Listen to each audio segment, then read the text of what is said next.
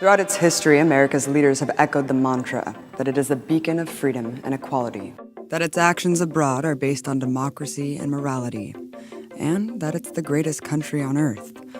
America's actions, we've been told, have been for the greater good, that its citizens are in this together, united under the banner of one nation under God.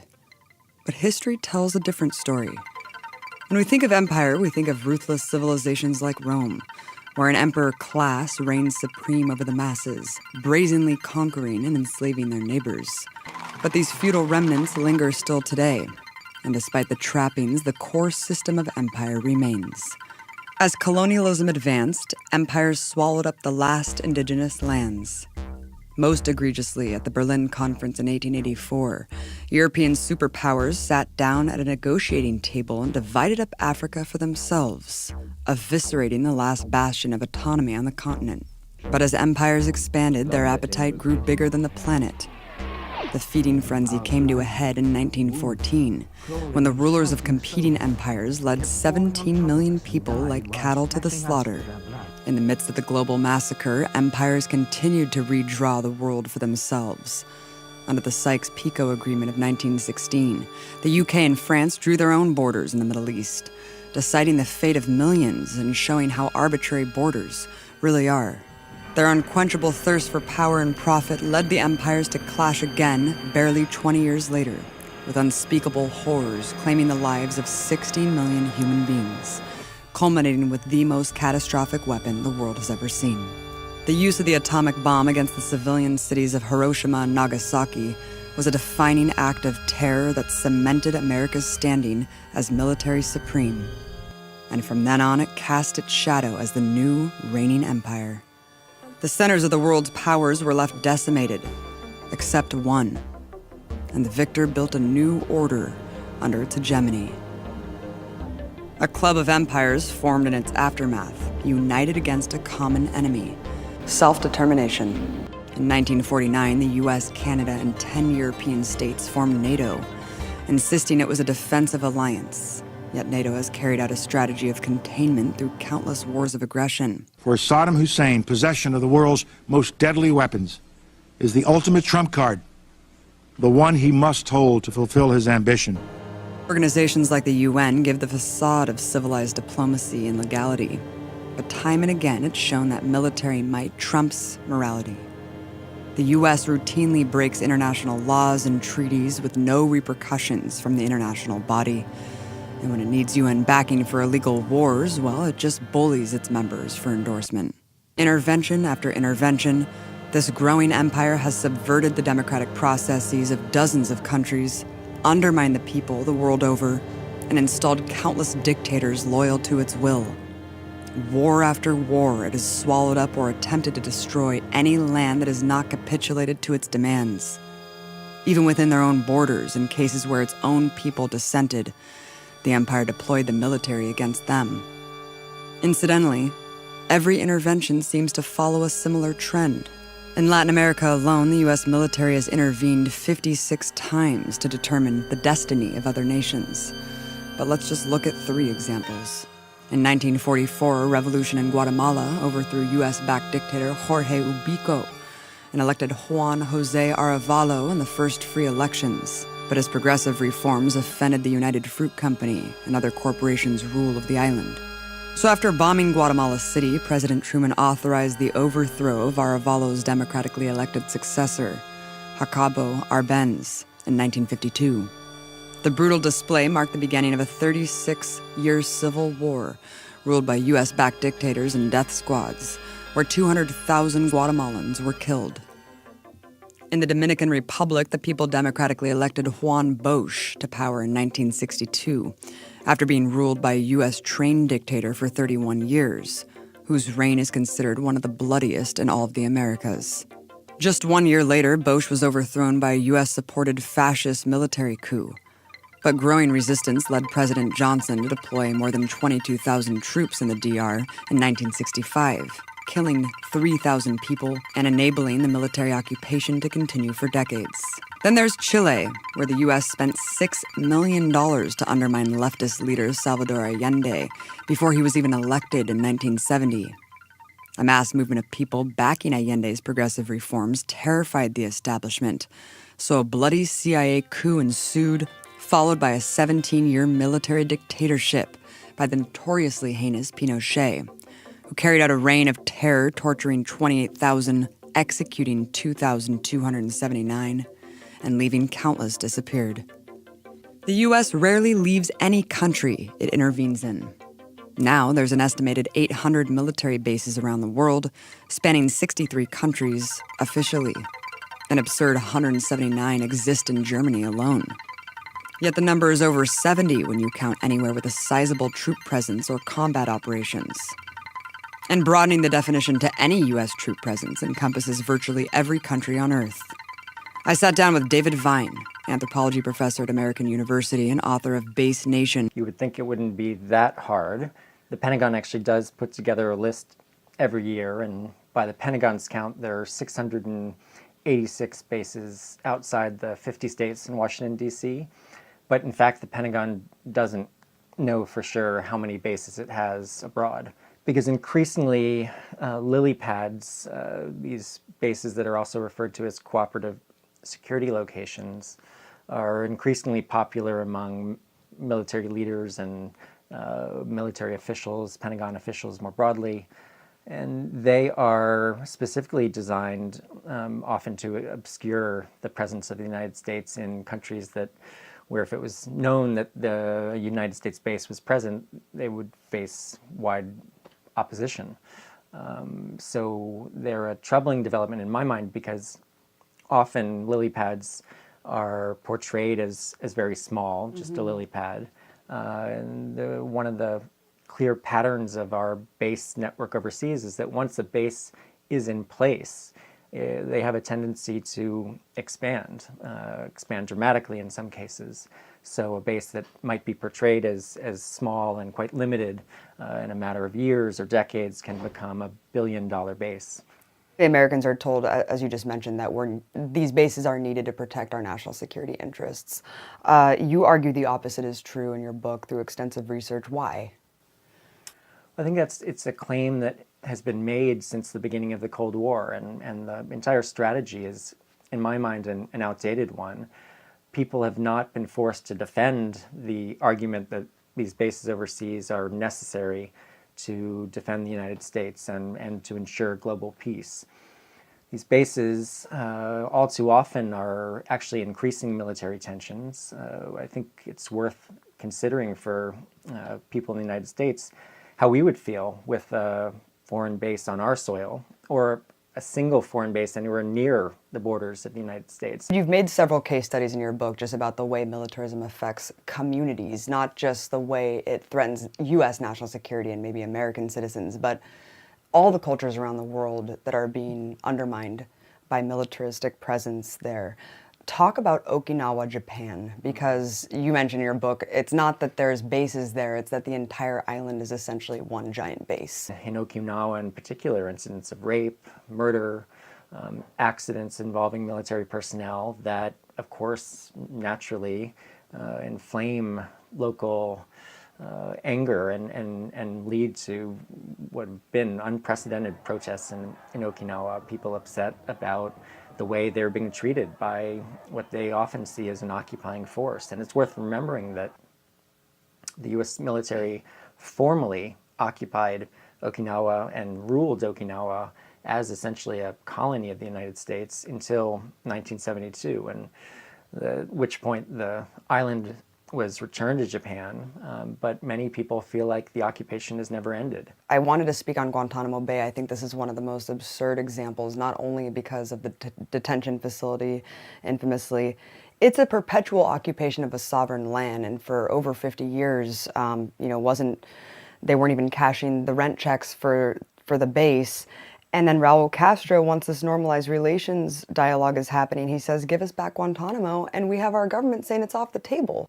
In most cases, the United States is able to disguise occupation through pressuring local elites, through the money expended to maintain the bases that keep enough elites happy. In Cuba, we see a just very transparent colonialist, imperialist occupation of a foreign land that's been going on since U.S. leaders were unabashed about declaring the United States an empire. The turn of the 19th to 20th century, there was great pride among U.S. leaders in developing a collection of colonies and effectively controlling countries like Cuba, even though they weren't formally part of the United States. And this policy has essentially remained in place and is another egregious example of how our bases are all too often fundamentally undemocratic and are in direct contradiction to the highest ideals of democracy that I think many of us in the United States would like to hold up. You also talk in your book extensively about the hypocrisy of this human rights rhetoric when it comes to U.S. cooperation with countries that are hosting U.S. bases. So often, U.S. leaders have trumpeted the bases as spreading democracy and a force for good and for democracy in the world, when there's also a clear preference that we see the U.S. military having for maintaining bases in undemocratic countries, in countries ruled by repressive regimes. So we see our bases all too often propping up these undemocratic, repressive, often violent regimes and actively suppressing pro-democracy movements. So that is certainly part of the explanation.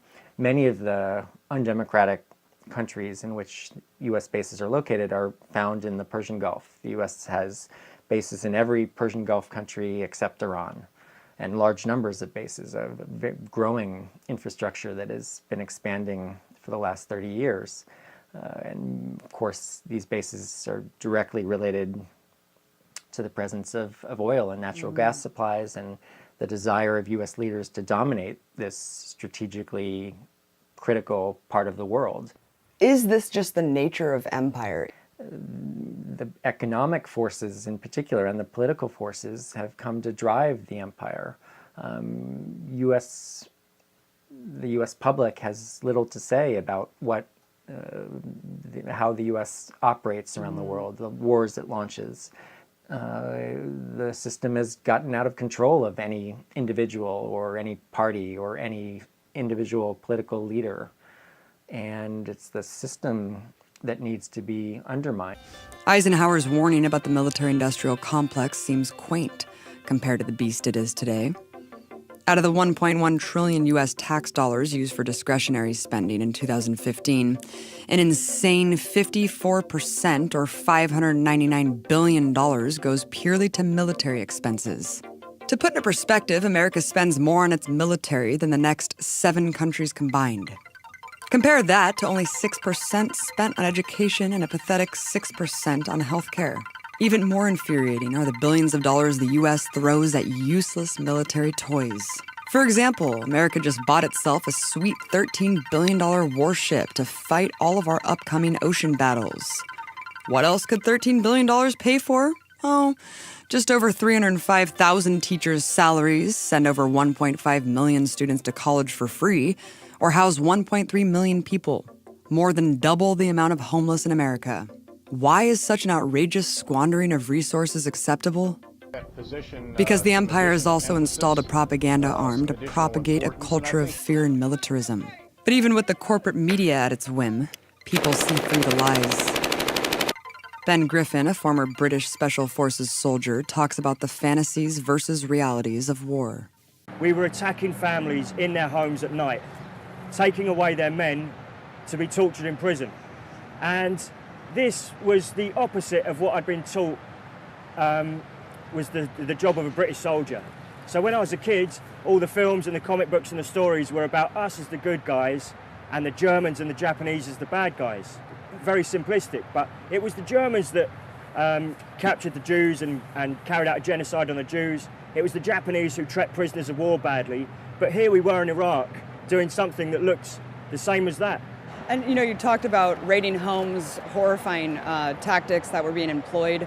What other things did you see on the ground that completely contradicted what the establishment was telling the world what was going on? Yeah, I suppose my overall impression of Baghdad and the area around it at the time was this was a gold rush period.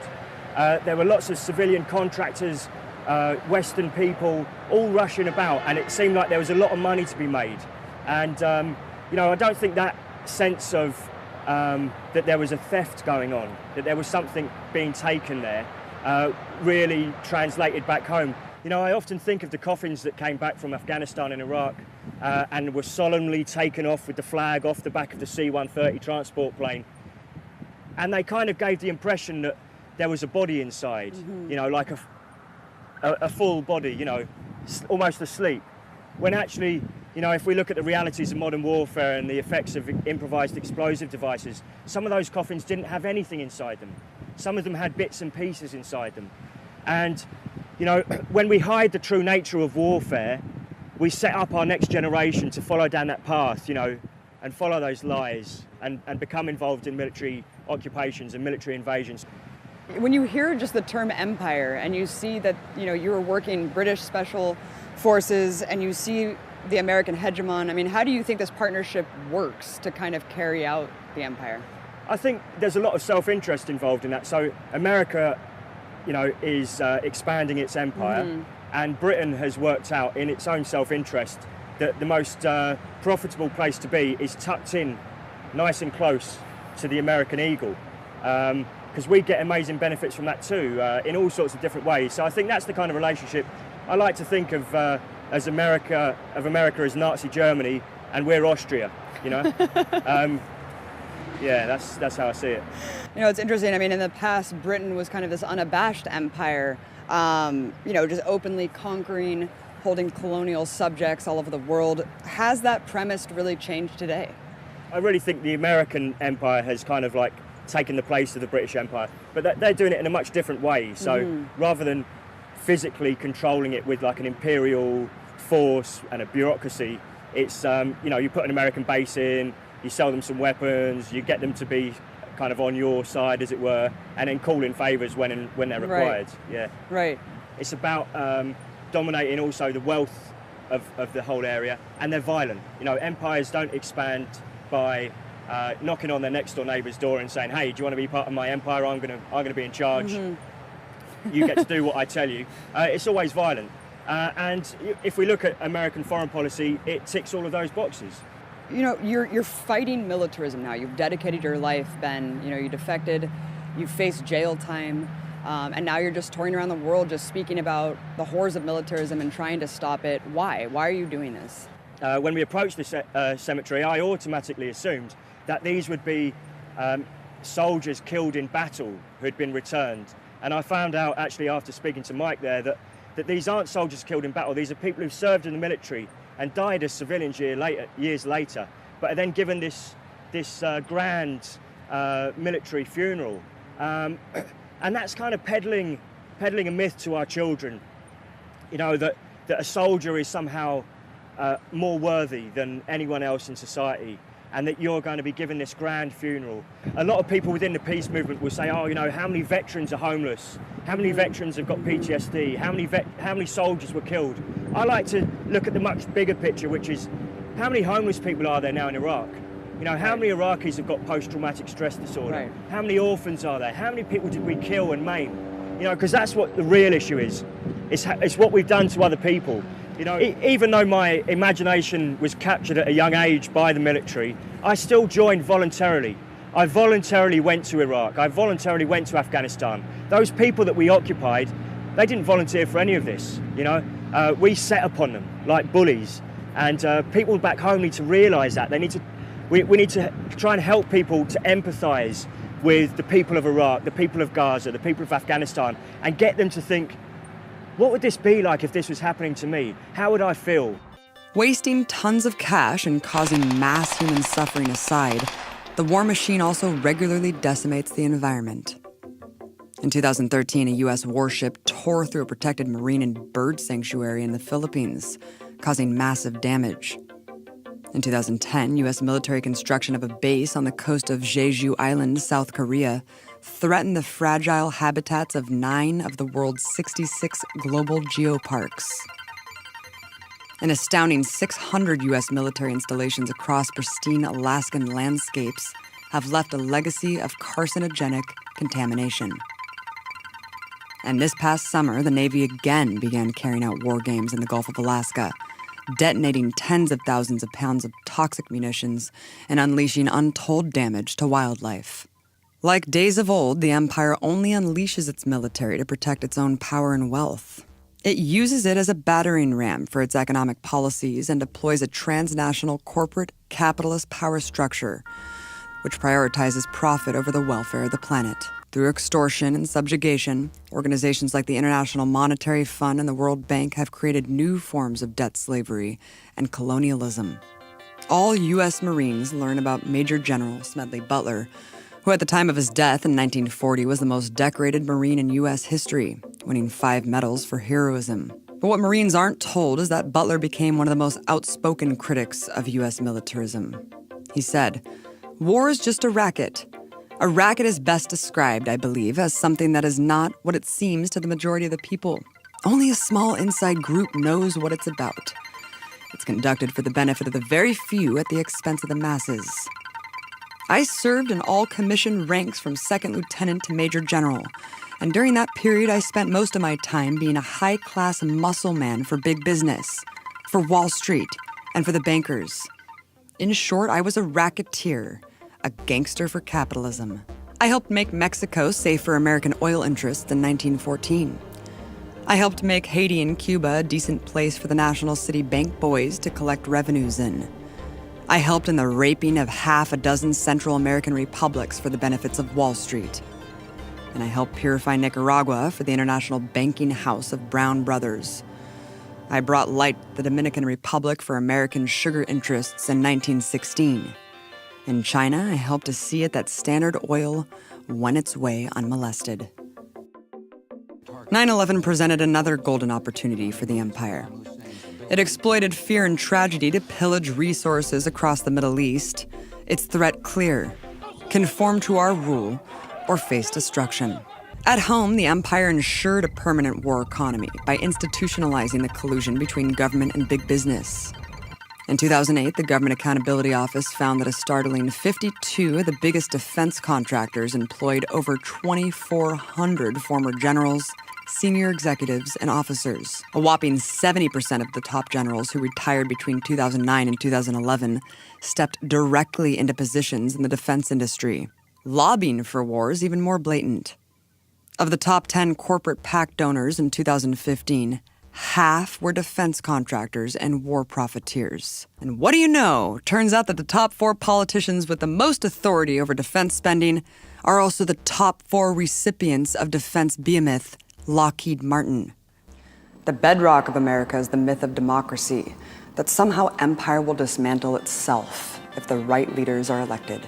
Then we can just go back to what the founding fathers intended this country to be. But America was founded on colonization, the extermination of an indigenous population, and the enslavement of an entire race, all of which laid the foundation to its rise to empire.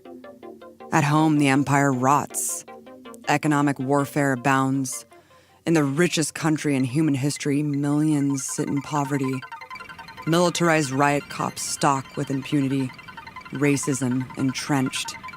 The surveillance state spies unhinged, and political opposition incessantly quashed.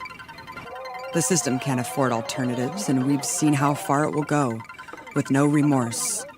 It's a machine that runs on death and destruction, killing thousands of our brothers and sisters every day. But every empire falls. And the history of empire is the history of resistance to it, where people have won time and again against impossible odds to defeat their subjugation. A world dominated by U.S. hegemony and the corporate power structure it serves is cracking. And our digital age provides the great ability to build empathy, consciousness, and global solidarity. Information is power. We need to fight to unmask the empire every day in order to stop it. And every file here is a tool that will arm us in battle. Abby Martin, logging out.